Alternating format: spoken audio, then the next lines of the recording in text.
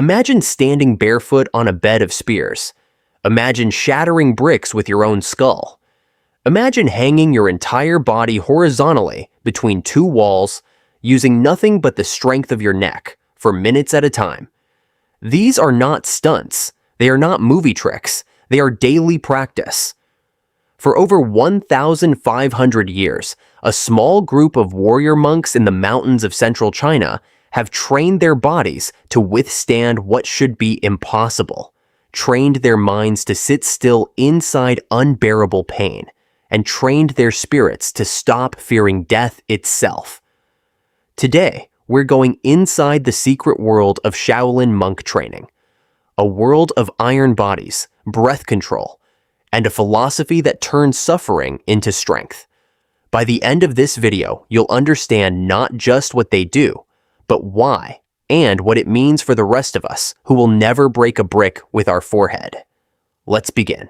Our story starts in the Song Mountains of Henan Province, China, in a remote valley surrounded by cliffs and forest. It was here, in the late 5th century, that a group of Buddhist monks built a monastery they would call Shaolin, literally, young forest. For decades, the monks lived a quiet life of scripture, prayer, and meditation. But there was a problem. Sitting in meditation for hours on end, day after day, was physically brutal. Monks grew weak, sickly, and many couldn't endure the discipline their spiritual practice demanded. Legend says everything changed with the arrival of a wandering Indian monk named Bodhidharma. According to Shaolin tradition, Bodhidharma looked at the frail, exhausted monks and realized something simple but revolutionary. A weak body cannot hold a strong mind. Before you can master stillness, you must first master movement. He introduced a series of exercises. Some say inspired by yoga, others say drawn from observing animals in nature, designed to build strength, flexibility, and internal energy.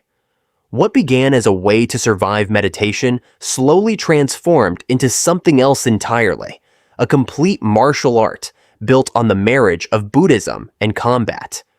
Over centuries, as bandits, warlords, and invading armies threatened the region, the monks' physical training took on a new purpose: self-defense.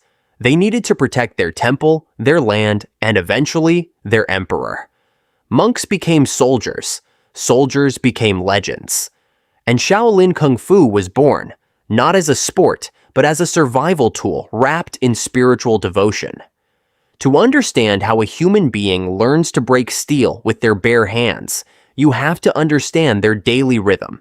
Because none of this happens overnight. It's built brick by brick over decades. A Shaolin monk's day begins before sunrise, often around 4:30 a.m. The first activity isn't punching or kicking, it's stillness. Monks sit in meditation, quieting the mind before the body is asked to do anything at all. This isn't optional. Shaolin philosophy insists that physical power without mental control is just violence. Discipline has to start on the inside. After meditation comes the physical gauntlet. Hours of horse stance training, squatting low with thighs parallel to the ground, sometimes for 45 minutes without moving a muscle, while a teacher rests a cup of water balanced on each knee. If the water spills, the stance was wrong. Then come the mountain runs. Young monks sprint up and down steep, uneven paths, carrying buckets of water or sandbags strapped to their ankles, building both cardiovascular endurance and raw leg strength. Wall climbs, rope work, endless repetitions of strikes against wooden dummies until knuckles callous over. And this happens every single day. Not for a month, not for a year, for a lifetime. Some monks begin this training as children as young as 5 or 6 years old, meaning by the time they reach adulthood, their bodies have been shaped by 30,000 hours of repetition. Most people will never come close to in any skill. Now, let's talk about the training that made Shaolin monks famous around the world: iron body training, or Tai Bu Shan. techniques designed to condition the human body to withstand trauma that would injure or kill an untrained person. Take the classic iron head technique, a monk smashing a steel bar or brick against his own skull. This isn't magic, and it isn't fake. It's decades of progressive conditioning. Monks start by gently striking the forehead against a soft surface, then gradually increase the force and hardness of the material over years, thickening the bone density of the skull and training the neck muscles to absorb and redirect impact instead of letting the head take it directly. Then there's the two-finger stand, a monk balancing his entire body weight on just the index and middle fingers of one hand. This requires not only extraordinary finger and tendon strength, but total control over balance and core tension, built through years of incremental handstand progressions. Perhaps the most famous is the bed of nails. A monk lies motionless across dozens of sharpened spikes, sometimes with a heavy stone slab placed on his chest and shattered with a sledgehammer, while he remains still underneath. The trick isn't ignoring the pain. It's distributing body weight evenly across many points of contact, combined with a mental discipline that allows the monk to separate the sensation of pain from the reaction of panic. This is the core Shaolin belief. Pain is not something to defeat. It's something to understand. Once you stop fighting it, it stops controlling you. Beyond muscle and bone, Shaolin monks train something far less visible: internal energy, known as Hwei, Qi, cultivated through a practice called Qigong. Qigong combines specific breathing patterns, posture, and focused intention to regulate the body's internal systems. Monks use it to slow their heart rate, control their body temperature in freezing conditions, and, according to Shaolin tradition, increase their pain tolerance and resistance to blunt force trauma. One of the most jaw-dropping demonstrations is a technique where a monk allows a spear to be pressed, full force, against his throat until the wooden shaft bends, without the tip breaking skin. This isn't about having an impenetrable neck. It's a masterclass in tensing specific muscle groups, angling the body correctly, and distributing force safely across a wide surface area, all while the mind stays perfectly calm. Western science has studied Shaolin monks in lab settings, measuring heart rate variability, cortisol levels, and pain response during these demonstrations. Researchers have found genuinely unusual levels of physiological control, but even now, nobody fully agrees on where trained physical technique ends and something harder to measure begins. That mystery is part of why the Shaolin legend has endured for 15 centuries. Shaolin Kung Fu isn't just about toughness. It's also an art form, and one of its most beautiful traditions is animal-style Kung Fu. Monks studied the natural world obsessively, and over centuries distilled the movement of animals into distinct fighting styles, each carrying its own philosophy. The tiger style, raw, aggressive power, mimicking a tiger's claw strikes and bone-crushing force. It teaches the value of unrelenting intensity when the moment demands it.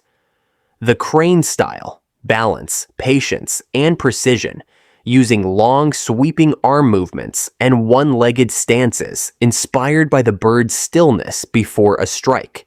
It teaches restraint.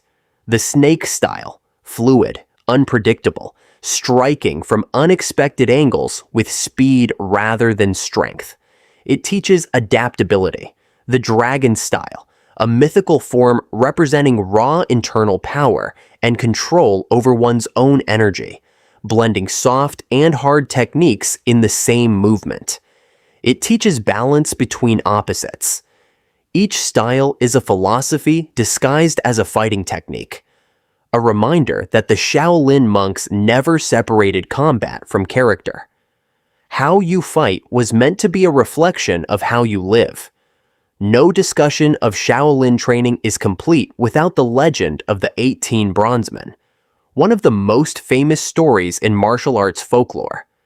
As the legend goes, before a monk could graduate from the temple and re-enter the world, he had to walk through a narrow corridor lined with mechanical wooden figures, each rigged to swing weapons: clubs, blades, spears.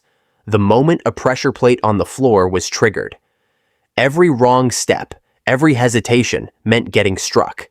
To survive, a monk needed everything he'd trained for years to build: reflexes fast enough to react before conscious thought, a body conditioned to absorb a mistimed hit, and a calm mind that wouldn't freeze under pressure.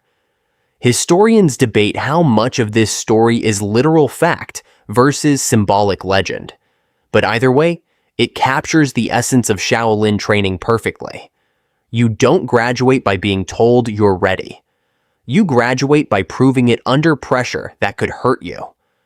For most of Shaolin's history, this training stayed hidden behind monastery walls, passed down in secrecy from master to student.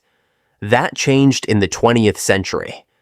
As China reopened to the world in the 1970s and 80s, Shaolin monks began performing publicly, and demonstrations of their abilities stunned international audiences who had only seen such feats in exaggerated films. Kung Fu cinema exploded globally. Actors and martial artists brought stylized versions of Shaolin training to the screen, introducing millions of people to a tradition they'd never otherwise have encountered. Even martial artists who had no direct connection to the temple, like Bruce Lee, drew heavily on the underlying philosophy that physical mastery and spiritual discipline are inseparable. Today, the Shaolin Temple still stands, but the monks who trained purely in isolation now walk two very different paths. Some remain inside the monastery walls, living the traditional life of prayer, silence, and daily conditioning, largely removed from public life. Others travel the world, performing in theaters and stadiums, teaching students internationally, and appearing in documentaries just like this one, using performance as a way to keep the tradition alive for a new generation. Neither path is considered lesser. Both, in Shaolin philosophy, are simply different expressions of the same underlying discipline. So why does any of this matter to someone who will never break a brick with their forehead or lie on a bed of nails? Because underneath the spectacle is a lesson that has nothing to do with Kung Fu. Shaolin monks don't believe pain and difficulty are things to avoid. They believe pain, approached correctly, is where transformation actually happens. Every callus on a monk's knuckles, every hour spent motionless in a horse stance, is proof of a simple idea. The body and mind you have today are not fixed. They are trainable, slowly, painfully, and completely. The world looks at Shaolin monks and calls what they do unbelievable. The monks themselves just call it practice. If you found this as fascinating as I did, let me know in the comments which technique shocked you the most: the iron head, the bed of nails, or the two-finger handstand.